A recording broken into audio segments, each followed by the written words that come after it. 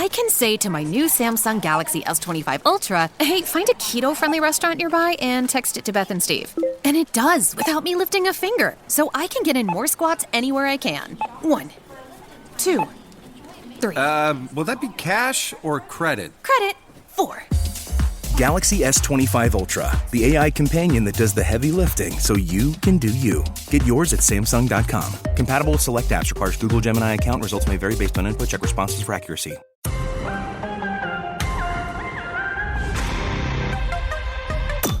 Judge Jeanine Pirro. She's the outspoken host. Judge Jeanine Pirro is dominating the headlines right now. This is the Judge Jeanine Tunnel to Towers Foundation Sunday Morning Show. Now, here's Judge Jeanine Pirro. Welcome, everyone, to the Judge Jeanine Tunnel to Towers Foundation Show. I hope everyone is enjoying their Sunday so far, as I am. And it is a beautiful day here in New York City. And as always, we are armed and ready to serve justice with all my great listeners here on the Red Apple Audio Network. Well, it's been an interesting week, another fast-paced week. You know, Donald Trump's second administration. There's not much time to rest if you're in the news business. But the truth is you had 4 years to rest during Sleepy Joe Biden's term. But a lot of interesting stuff happened this week. And I do want to focus in on this whole thing about the Signal chat. Now, let's be clear about what happened here. So you've got the National Security Advisor, Michael Waltz, who puts together a group on Signal. Signal is supposed to be the best encrypted app out there, and it is already preloaded on government phones. And most people that I know in government actually do use Signal. They don't use, you know, the regular Verizon, AT&T to make their phone calls or text messages. So Mike Waltz, the National Security Advisor, puts together a team. And, you know, the team is Pete Hegseth, who's the Defense Secretary, along with John Radcliffe and Tulsi Gabbard and J.D. Vance, as well as Marco Rubio. And for some reason, the group that he put together on this Signal chat included a reporter, a journalist from The Atlantic. Walt says he has no idea how he got on there, but the truth is he was on there. Not a good thing. But what is the upshot of it? I'm going to tell you, folks, not a hell of a lot. There was, within the communication on this chat, where he comes out and he says, I think it is, I'm not sure which one actually said it, but it's within the chat. And they say, if you want more information on this topic, go to the high side. And to anyone in government, the high side means go find it in the classified section, not on this Signal chat. So it was clear to them that this was a chat that was not protected, and that if you wanted to talk about classified information, you had to go elsewhere. So Defense Secretary Hegseth said, all I did was update them on what they were doing. It didn't give them longitude or latitude, the locations, no flight path, no routes. There was no classified information on it, and even The Atlantic admits that. But no, they had to wait, and then they had to go out there and publish this article. This horrible thing happened. What happened? Well, they had a successful operation. No Americans were killed or injured. And the upshot was that the Trump administration has made a decision to go after the Houthis, who are a proxy of Iran, who has been bombing our soldiers in the Middle East for the last 4 years, killed several of our soldiers, and injured and maimed others. They have stopped a lot of the passageways on the Suez and around the Red Sea. And so you get President Trump, he comes in, he does something about it, and the Dems are having a fit. They're having a fit, folks, because they've got nothing else to talk about. It's been 2 months of perfection in terms of setting us up for a golden age and making sure that Americans are protected, identifying waste, fraud, and abuse, bringing in businesses from other countries. Manufacturing is coming back to the United States. We're going to get more jobs. All of this is benefiting Americans. And yet they want to focus on this ridiculous chat where nothing happened. And yet for 4 years with Joe Biden, we identified at Kabul at the airport a suicide bomber. We were certain. and they wanted the ability to take him out. And the Biden administration couldn't get their pants on soon enough to give him the okay. And what happened? The suicide bomber, who was identified, ended up killing 13 Americans and hundreds of Afghanis. That they said nothing about. 13 of those soldiers, Americans, were killed. Biden never called any of those families. Biden left Afghanistan with his tail between his legs, and they're worried about a successful operation. Let me tell you something, folks. Pete Hegseth, our Secretary of Defense, is a superstar. This guy knows what he's doing, and the fact that there was a chat where nobody was hurt, no classified information, you're going to hear about it for the next 2 months. And I don't really care because it doesn't mean anything. No harm, no foul. And on that issue, I'm going to be talking with Congressman Jim Jordan about this Judge Boasberg, who wanted to bring that plane back with those TDA gangbangers that were already in the air. And now, amazingly, this same judge has been assigned to this signal chat discussion between top-level individuals in the Trump administration. So I'm going to be speaking with Congressman Jim Jordan about that. And then I'm going to be speaking with General Keith Kellogg. You know him. He is someone who is very familiar with what's going on in Ukraine and Russia, and he is trying to bring an end to that, along, obviously, with the president's goal of doing that. And you're going to hear from all that on the show, so stay with us. It's all coming up in just a few moments here on the Judge Jeanine Tunnel to Towers Foundation Show. Now, it's time for Protecting Your Future, sponsored by Colonial Metals Group. Here's Judge Jeanine. Hi, I'm Jeanine Pirro, and this is Protecting Your Future, sponsored by Colonial Metals Group. Today we're talking about America and American soldiers and taking out those who want to harm us. You've got to make sure that you protect your investments in the same way. Greg Kelly here with an urgent retirement warning. President Trump's return is set to usher in a new golden age, but growing trade tensions and China's ruthless attack on the dollar have rattled the markets. That's why Warren Buffett just dumped $133 billion in stocks. And so too have Jeff Bezos, Larry Page, and even Jamie Dimon, CEO of the world's largest bank. That's why thousands of informed IRA and 401k savers are now shielding their savings with gold. And the experts at Colonial Metals Group are the only folks I trust to help you to do the exact same thing, especially now after Rich Dad Poor Dad author Robert Kiyosaki warned of a coming market crash. So visit freegoldguide.com/Kelly or call 800-655-5186. You'll get a free gold guide on how to bulletproof your wealth with gold tax-free. Plus, see if you qualify for a free home safe and as much as $7,500 in free silver. Once again, that's freegoldguide.com/Kelly. This episode is brought to you by Shopify. Forget the frustration of picking commerce platforms when you switch your business to Shopify, the global commerce platform that supercharges your selling wherever you sell. With Shopify, you'll harness the same intuitive features, trusted apps, and powerful analytics used by the world's leading brands. Sign up today for your $1 per month trial period at shopify.com/tech, all lowercase. That's shopify.com/tech. Last week was our first playoff game, and my plaque psoriasis was so itchy under all my gear. Sometimes just thinking about scratching could take me out of the moment. And then my doctor told me I could get clearer skin with a pill called Otezla.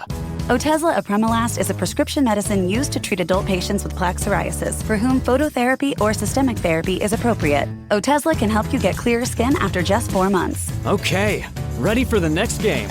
Talking to my doctor about a pill was a total game changer. Don't use Otezla if you're allergic to it. Get medical help right away if you have trouble breathing or swallowing, swelling of the face, lips, tongue, throat, or arms. Severe diarrhea, nausea or vomiting, depression, suicidal thoughts, or weight loss can happen. Tell your doctor if any of these occur and if you have a history of depression or suicidal thoughts. Live in the moment. Ask your doctor about Otezla. Call 1-844-4-OTEZLA or visit Otezla.com for prescribing info about cost, and more.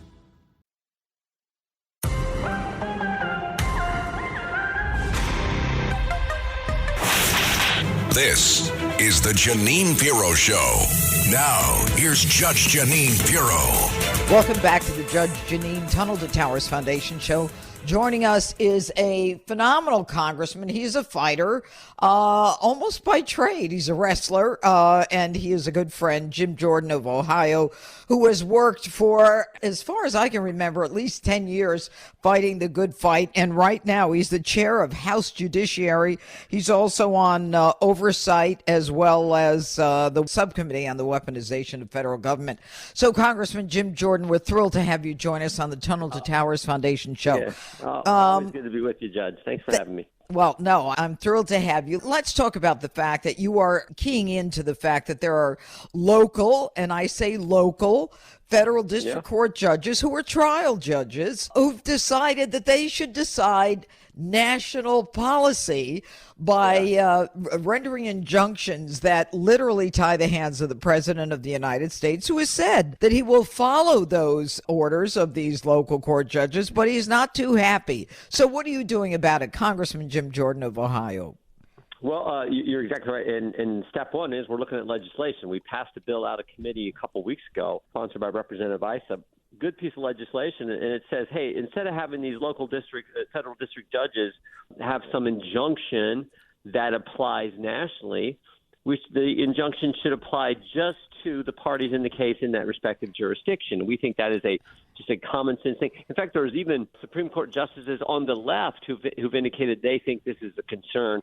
And as you know, it's been disproportionately used, this approach, this kind of forum shopping approach has been used to enjoin certain actions, executive orders and actions that President Trump has taken, much more than any other president in modern times. So we think there's a legislative approach. We think there's an oversight approach. We got a hearing coming up next Tuesday. We're going to look at this broader issue on injunctions and these orders coming from some of these judges, like Judge Boasberg, Judge Reyes, and some others. And then, frankly, we should also look at the power of the purse and say, Congress funds the courts, and it's a power that the founders understood was really important. We may need to examine that as well. But Congressman Jordan, when you talk about the power of the purse as it relates to the judiciary, a lot of people get their back up and they say, wait a minute, you're trying to influence a judge's decision. What is your response to that? Well, we certainly want Americans we don't want to, in any way jeopardize Americans' access to justice. We don't want to jeopardize in any way the security of our judges. We all remember what happened when the Dobbs decision was leaked and the assassination attempt on Justice Kavanaugh.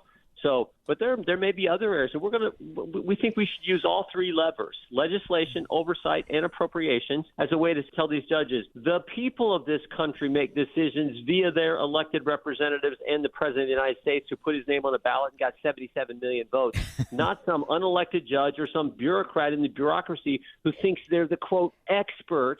No, it's the people who get elected who make the decisions, and we want to emphasize that fundamental fact. Well, no, you're right about that. But, when you talk about these federal judges and apparently you give to them the authority to, allow for these temporary restraining orders or TROs, you allow that should be rule in that particular jurisdiction. I mean, how would that work? If someone is coming in to Judge Boasberg and you're saying, or some are saying, well, let's not allow him to nationally enjoin the president, but enjoin him in that jurisdiction, that wouldn't work in this case.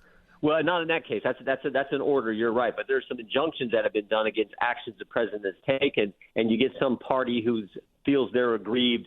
Someone who works for USAID in Timbuktu, California, brings a case. Well, that applies to the California jurisdiction. So you're exactly right. On orders are different than injunctions. So, but that distinction, the bill is about injunctions, and then we also have in that bill, we say, okay, here's an example. You got two state attorney generals, two different states, and they bring an action. Maybe you got conflicting decisions in different jurisdictions. Then we have an expedited review to a three-judge panel. So we think we deal with the situations the way we should in this legislation. The speaker's indicated he's going to put that bill on the floor next week, and I think it'll pass the House, and it's off to the Senate. Yeah, well, it'll be interesting to find out what happens in the Senate. But, the whole idea of the Alien Enemies Act and, a federal judge thinking in his own mind, I am going to require the president of the United States to turn that plane around. Congressman Jim Jordan, did you ever see the movie Con Air with Nicolas Cage? Yeah, we have. I think everyone Well, that's what I had in my mind. Yeah, let's turn this plane around and see what craziness goes on in that jet. And you're seeing it like the American people see it, Judge. I mean, just stop and think. This judge said, turn the plane around, bring the bad guys back to America. They're here illegally.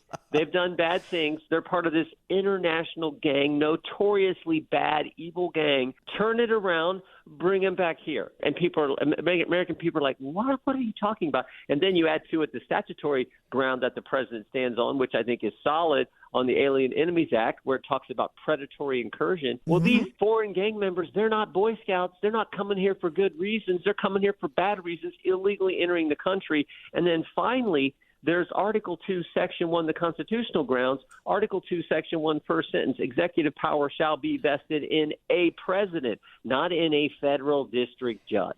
Well, it's not just Article 2, Section 1. I mean, but that statute in particular, and by the way, the circuit court punted on that one, and apparently now the issue's going to be going to the Supreme Court, which hopefully will recognize the importance of this issue of these local judges, the venue shopping, where you say, I'll find an Obama judge, I'll find a Biden judge, and let's just stop Trump at every turn. But the very facts of this case are so outrageous that a judge would actually want to bring these people back. To what end, Congressman Jim Jordan? What does he want to do when they get home? They're making a due process argument. They're saying in some way that our Justice Department, our Department of Homeland Security, ICE, didn't give these individuals the due process.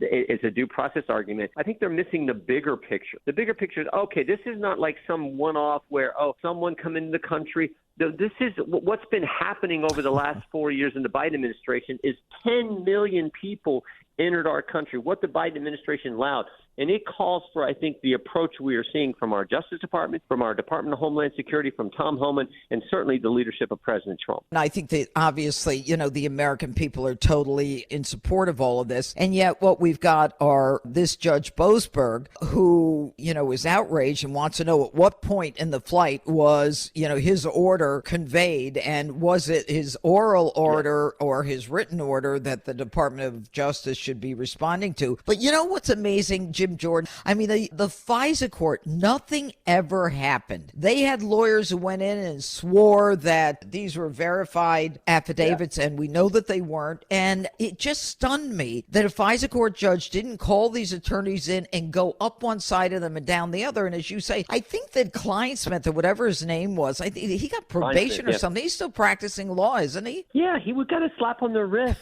He's a member of the bar who lied to a court. Literally, he took an email and he falsified he changed the keyword and made it 180 degrees different, the meaning exactly opposite what the email said. He made it say the opposite thing and took that to a court and helped persuade the court, along with the fake dossier that Comey's FBI used to take to the court, to get the court to give a warrant to spy on a presidential campaign of the other party. That happened in America. And this is when I think, Judge, you and I first got to really coming on your show and talking about this, because we couldn't believe this could happen in our great country. But it did. And now that judge is saying, turn the plane around. And now that judge is going to hear the Hexas case. By the way, the people filing that case, American Oversight, Norm Eisen is the filing that case is the guy the Democrats brought on staff, the Democrats of the Judiciary Committee, back during the impeachment of President Trump. This is how incestuous it all seems to me. Well, they should put Mark Elias on it, too, as co-counsel. Yeah, exactly. Might as well. Another Democrat operative. But the truth is that there is so much going on in this country that we weren't aware of. And ultimately, the Democrats, they think that they've got a bull by the horns with this signal thing. What are your thoughts on it, Congressman Jordan? Well, in the end, no American soldier was injured. We've heard no reports of injury or death to any American soldiers. The mission was a success. Terrorists were killed. Let's move forward and continue to accomplish the good things that President Trump is doing for the country. And I think that's the attitude the country has, the people of this great country have, and I think that's what makes sense. And we all know, Pete Hegseth, Mike Walls, John Ratcliffe, Tulsi Gabbard. They're all patriots. J.D. Vance, all the people that are doing wonderful work. Let's move forward and let's continue getting done what the president campaigned on. Yeah, and it really is amazing because as the president is, he's in, 2 months now, and all of a sudden they're trying to pull the rug out from under him. Well, he's actually killing the people who were bombing our soldiers for 4 years, killing them, suffering, from traumatic brain injury.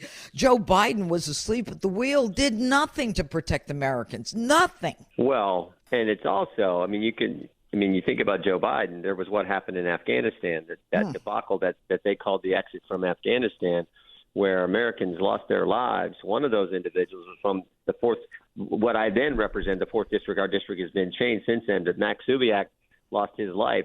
Amazing young man from the great state of Ohio. So we should never forget that either. And that was the good news about this thing. There was no Americans lost their lives. This mission was a success. Bad guys were killed. Bad guys who were doing bad things. And let's move forward and get on with the people's business. All right. I want to thank you, Congressman Jim Jordan, who is chair of the House Judiciary. Thanks so much for joining us today. And God bless. Take care. And up next here on the Judge Jeanine Tunnel to Towers Foundation's show, I will be speaking with General Keith Kellogg on what's going on in Ukraine and Russia, coming up right here on the Red Apple Audio Network. It's the Judge Jeanine Show.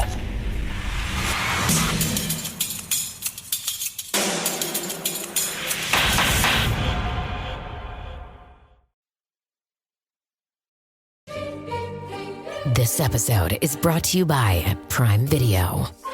In the small town of Holland, Michigan, nothing is ever what it seems. Behind the tulip festivals and pretty houses lay dark secrets that threaten to tear a marriage apart. Nicole Kidman stars in this darkly twisted thriller about a wife and mother whose quest to uncover her husband's secrets may get her more than she bargained for. Holland. Watch it now on Prime Video.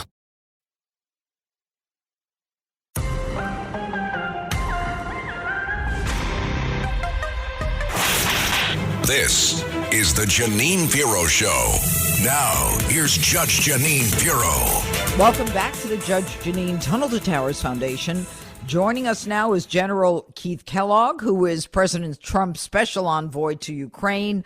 Of course, he's a highly decorated retired 3-star Army general. He was National Security Advisor to Mike Pence. He also served as Chief of Staff to the National Security Council. And right now, he's in the middle of one of the hottest issues going on in the world, and that is what's going on in Ukraine and Russia. So, General, thank you so much for joining us today. Look, General Keith Kellogg, this war has been going on for 3 years. Where are we now? Yeah, Judge, first, thanks for having me. It's good, always great to be with you. Thank you. I think we finally reached a point, because we're actually talking, that we can see a glimmer of hope that this war is going to end. And I think that is because of Donald J. Trump. Before this, for the last 3 years, we haven't got the sides talking. President Biden didn't do that at all. President Trump has done that. And that's the first thing you've got to do, is start talking. So last week, we were in Riyadh in Saudi Arabia, and we actually had both sides come together. Now, it was a limited meeting. It was only to discuss the Black Sea, but at least we got the sides talking, not with each other. That's the next step. We get them to start talking with each other, which is critical. But at least we're starting to lay out the issues. Very honestly, Judge, we're pretty comfortable that we know what the issues are. But we want them to say it, and where we want to go next after this limited discussion that we had in Saudi Arabia when we talked Black Sea issues, the next is to get to a comprehensive discussion on, okay, what are your red lines from both sides? And to get what we call a term sheet. A term sheet meaning, okay, Ukraine, these are your things that you want to see happen. Russia, these are the things you want to see happen. And by the way, neither side is going to be happy, because they're not going to get all they want. Mm-hmm. And then you bring them together and eventually have a cessation of hostilities going into a ceasefire. And I do believe once you get to a ceasefire, then I don't think this thing's going to start up again in the near term, because we'll have some type of security guarantees. So the process is going on. We're at day 66 with this administration. Mm-hmm. We were hoping to have a ceasefire probably within day 100 on both sides, get a comprehensive ceasefire, and then we build onto a peace treaty from there. So I would tell you, I think the first steps have been held, and I think I'm always an optimist. and optimistically we'll have something start to develop in the near term. Well, the truth is that after 3 years and cities being destroyed, people being killed, I would think that both sides would want to put an end to this. I mean, Ukraine is pretty much destroyed. As I understand it. I mean, I could be wrong, but let's start with there's a ceasefire in the Black Sea right now, which is, as I know you've said publicly, is a great first step. But is Russia going to leave the occupied territories that it holds in Ukraine? Is that the whole issue right now, General Keith Kellogg? That will probably be the major issue of what he's going to talk about, Judge. And look, it's because really, about 18% of Ukraine is being occupied by the Russians right now. And there's 4 major, what they call oblasts. Think of them as states. Mm-hmm. You've got Luhansk in the north, then you've got Donetsk, then you've got Zaporizhia, and you've got Kherson. Those are the 4 in conflict. I leave Crimea out because that's kind of a non-starter right now to talk about. Right. That one's actually gone. Right. But here's what you have to do with it. It's almost like you use the example we had in the Baltics after World War II, when we had there was something they called the Wells Doctrine. And the Wells Doctrine was, look, we acknowledge that you have occupied this territory, but we don't agree that you annex this territory. So it's de facto versus de jure. Mm-hmm. And we kind of say, well, this is going to be de facto. Now, only one of the 4 provinces or oblast states is fully occupied. That's the northern one. And that's kind of saying, okay, they've got that all. But the rest of the other 3 are, for the most part, contested. The Russians want all 4. We need to give them all 4. The Ukrainians need to. They're not going to go there. So our take is probably going to be you're going to have a basically line of contact freeze in place where you're at. And that'll be the heavy discussion because you're absolutely right. The biggest issue is going to be territory. Mm-hmm. And the Ukrainians are not willing to give up territory that the Russians have not seized. And the Russians are not making major advances. They're moving in yards, in meters. They're not moving in miles. And, if the Russians were truly successful, Judge, they'd be in Kyiv right now, or they'd be in the Dnieper River right now, and they're not. Right. So I think both sides, and you said something really critical. The fact of the matter is both sides are tired. The fact is the Russians have probably lost in the range of 350,000 dead. God. The Ukrainians lost in the range of 130,000 dead in soldiers, and I'm not counting the infrastructure or civilian deaths at all. And both of them are kind of saying, okay, how do we get out of this? I believe that.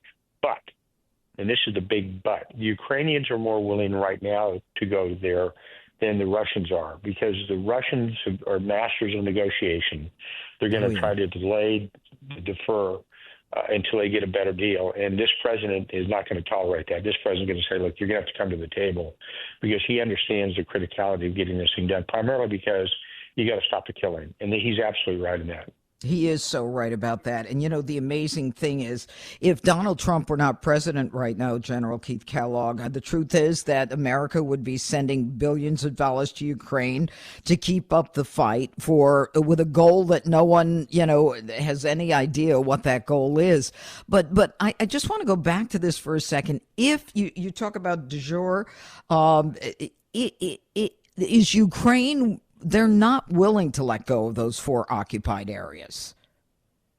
Well, I think, here's what they probably are not, but it's going to be on negotiation, because the Russians actually have troops on the ground.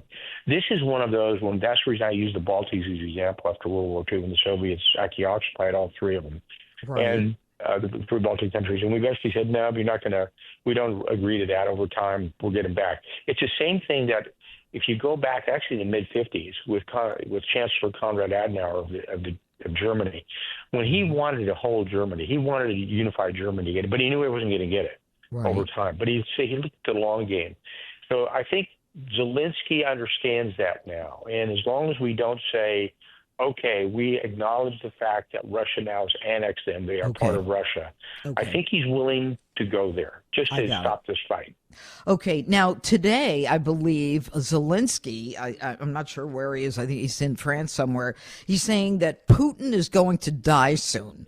What is the point of that? Is that a strategy? Is that, is he got a crystal ball? What's going on there? I think it's a hope. It's on his wish list. But it's a dumb thing to say, isn't it? Well, I think he's talking about his age, and he's older than he is. But look, knowing Zelensky like I know Zelensky, I'm not surprised by those comments. But it's almost a throwaway comment. Putin's not going to go anywhere in the near term that we're aware of. Yeah, But he's playing for the long game, not the short game. Yeah, and I'm not sure about Zelensky there, but I'm not gonna go there, General. So I'd like to move on for the few minutes that we have left, and discuss the that Signal chat issue that everybody's having a fit about. The idea. It seems to me that in that chat, Pete Hegseth apparently said. In one of the team updates, he said, you should have a statement of conclusions with taskings per the president's guidance this morning in your high side inboxes. So it appears that Hegseth is saying, we're not going to talk about classified information on this Signal chat, but if you want to talk classified, go to the high side. That's the classified stuff, correct? When they talk high side, yeah, the high side is your secret, or it's a confidential, secret, top secret, and what they call SCI, secure compartmented information, secret compartmented information. They do that. But Judge, here's what I wish they would do on this whole Signal chat. The president, follow the president's lead. The president said, mistake was made, should have been done, thank you, move on. They keep digging a hole. I wish they'd just shut up, and they're not, and they're compounding it. It's like, guys, you've got a great president who really understands communications. And he's giving you the lead on how to do this, and you're not following it. I just don't know why they're not. It drives me nuts. And I will tell you, I'm going to be very honest with you, judges. The information that Pete gave out on that channel should not have been given out to the group. It was one of those, don't go there. Because I will tell you, you never want to get to a position where you even question is something classified or not classified, whatever you want to call it, because now they're parsing words. And they're just making the problem greater and greater. A statement of conclusion, when they do that, that's kind of parlor talk here in the White House, where you come together with a document that says this is the end state, this is what actually happened. It's sort of like, for lack of a better term, an executive summary sheet on what actually occurred or what's in the book. And that's what it's all about. And that's where they're going to. So, I just kind of say, guys, let this story die. The president had a right. Okay, we made it. There was mistakes made. Everybody understands that. We're looking at lessons learned. Mission was an absolute success, which it was. President directed that. Done. Let's go to the next subject. And, General Kellogg, they haven't done that. The amazing thing is that, once the president has spoken and once he called on Mike Waltz, the truth is that, Waltz put this thing together. Okay. We don't know how Goldberg's number got in there, but, this Signal chat is apparently loaded on all government phones. And most people that I know in the government are using that. But I understand once you get into the issue of having to parse, is it or isn't it, it's not a good thing. But I agree with you. Once a president came out and took responsibility, pointed to Waltz, Waltz said, he was going to get to the bottom of it or whatever. All Waltz has to say going forward is, we spoke about that. The president spoke about that. I have nothing further to say. And the fact that Waltz needed to go on air, even on Fox, even on, my own network, I'm like, why? Why? Yeah. It was like, it was more important that he protect his reputation than let the thing go. And that's when you start getting into the issue of, is there competition going on here? Or, what is, let's pull back the veil a little bit. Why are you out there?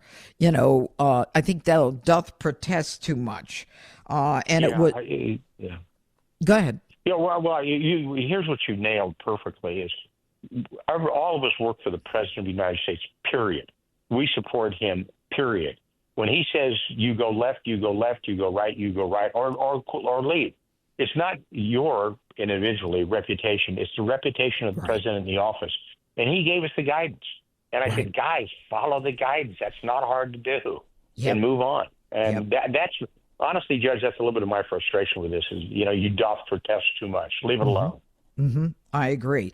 And, the interesting thing is that the only time that defense secretary has spoken is, they catch him coming on or off a plane. He's not like, let me get out there and do it. It's kind of interesting. I think that right now the focus is on Waltz, and we'll see what happens. But as President Trump has said, he's a good man. In any event, General Keith Kellogg, I want to thank you so much for joining us. We really appreciate your time and your efforts, and we have tremendous respect for you. So thank you for joining us, and we look forward to talking to you again soon. Thanks, Judge. Thanks for having me. And up next here on the Judge Jeanine Tunnel to Towers Foundation show, I will gavel out with my closing argument. It's all coming up here on the Red Apple Audio Network. It's the Judge Jeanine Show.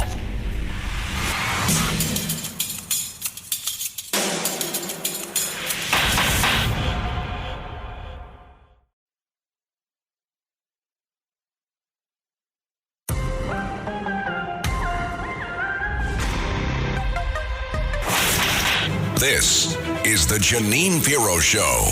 Now, here's Judge Jeanine Pirro. Okay, now it's time for me to gavel out with my closing argument. We had some great guests on today. Congressman Jim Jordan, as well as he's chair of the House Judiciary, as well as General Keith Kellogg. And we are in good shape in this country. The only issue now, of course, is how much the Democrats are going to have a fit about that Signal chat. And I think that General Kellogg got it absolutely right.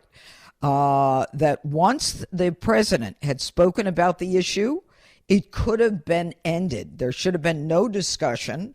That what should have been said is, the president has spoken to that. I have nothing further to add. But instead, Mike Waltz made a decision, the national security advisor, to go on television, which, and do an interview and just beat it again and give them another day to discuss what he said. You're at that point, you're just inviting more discussion, and you have to wonder, since the president had already taken responsibility and said, it was a mistake. Mike Waltz is a good guy. There was no classified information. We're going to find out how that number got in there. That should have been the end of it. And if you work for the president, you really shouldn't be worried about your reputation. You should be more worried about how you come across as a team. I think that just added a little more fuel to the Democrat fire because, as you well know, the Democrats are having a fit right now. Their approval rating is 29%. They're all fighting for attention. There's Congresswoman Jasmine Crockett. I mean, she's the one who called Governor Abbott Hot Wheels. I mean, the man is a paraplegic.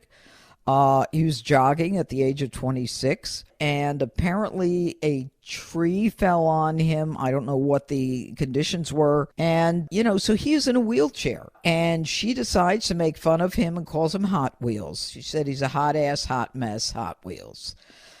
She says that she meant nothing by it, that it was more about the wheels that are being used to move the illegals on the buses, trains, and planes. The only problem is she liked the idea of his being Hot Wheels before there were any trains, buses, and planes moving the illegals around. She is a hateful individual, and when you start attacking people for things like disability, it's pretty low. And you not only show that you're a small person yourself, but even more than that, you denigrate not only that individual, but all of the people who love him, who are family, who are friends. And you also, at the same time, denigrate the whole community as if they're responsible for what has happened to them. She is, Congressman Jasmine Crockett, the Democrat congresswoman from Texas, a very small person. And what she's trying to do is she's trying to get attention as the Democrats scramble to try to figure out who should be the leader of the Democrat Party. They don't have a leader. They're headless, rudderless, and everything else. They don't have policies. They don't know what they're doing. And so then, everybody comes up and tries to do a two-step out there and thinks that, oh, I'm going to be the new leader. I'm going to be the next presidential candidate. The only people getting attention right now, folks, though, are Bernie Sanders and AOC. They're going around, Bernie Sanders, a self-admitted Democrat socialist. They're getting crowds whenever they go out. And it's all about hating Elon Musk and hating, the Doge and what they're doing and, cutting waste, fraud, and abuse. Now, when Bill Clinton he fired 400,000 federal employees, we didn't have a fit. We thought he was doing his job. But now they've got to create Elon Musk is public enemy number one. And in the meantime, they are anti-Tesla, and they are doing everything they can to destroy the company. And that small woman, that Jasmine Crockett, she says on her birthday she's hoping that Elon Musk is taken down and the Teslas are taken down. Folks, that's not what America wants. And if you're so thick-headed that you don't realize that the American people rejected all of that hate in the last election, then you are not a student of politics. Because in the end, I think Americans just want to be safe, and they want to make sure that, their taxpayer dollars are used wisely. And I think we all agree that that is what the president is trying to do, in addition to bringing peace in the Middle East, bringing peace in Russia and Ukraine, where, as General Keith Kellogg just told us, they are within a month or so of trying to resolve that issue. Whereas if a Democrat were in office, they'd just be funding Ukraine, using your money to continue killing people. So, things look good. Manufacturing's coming into the United States.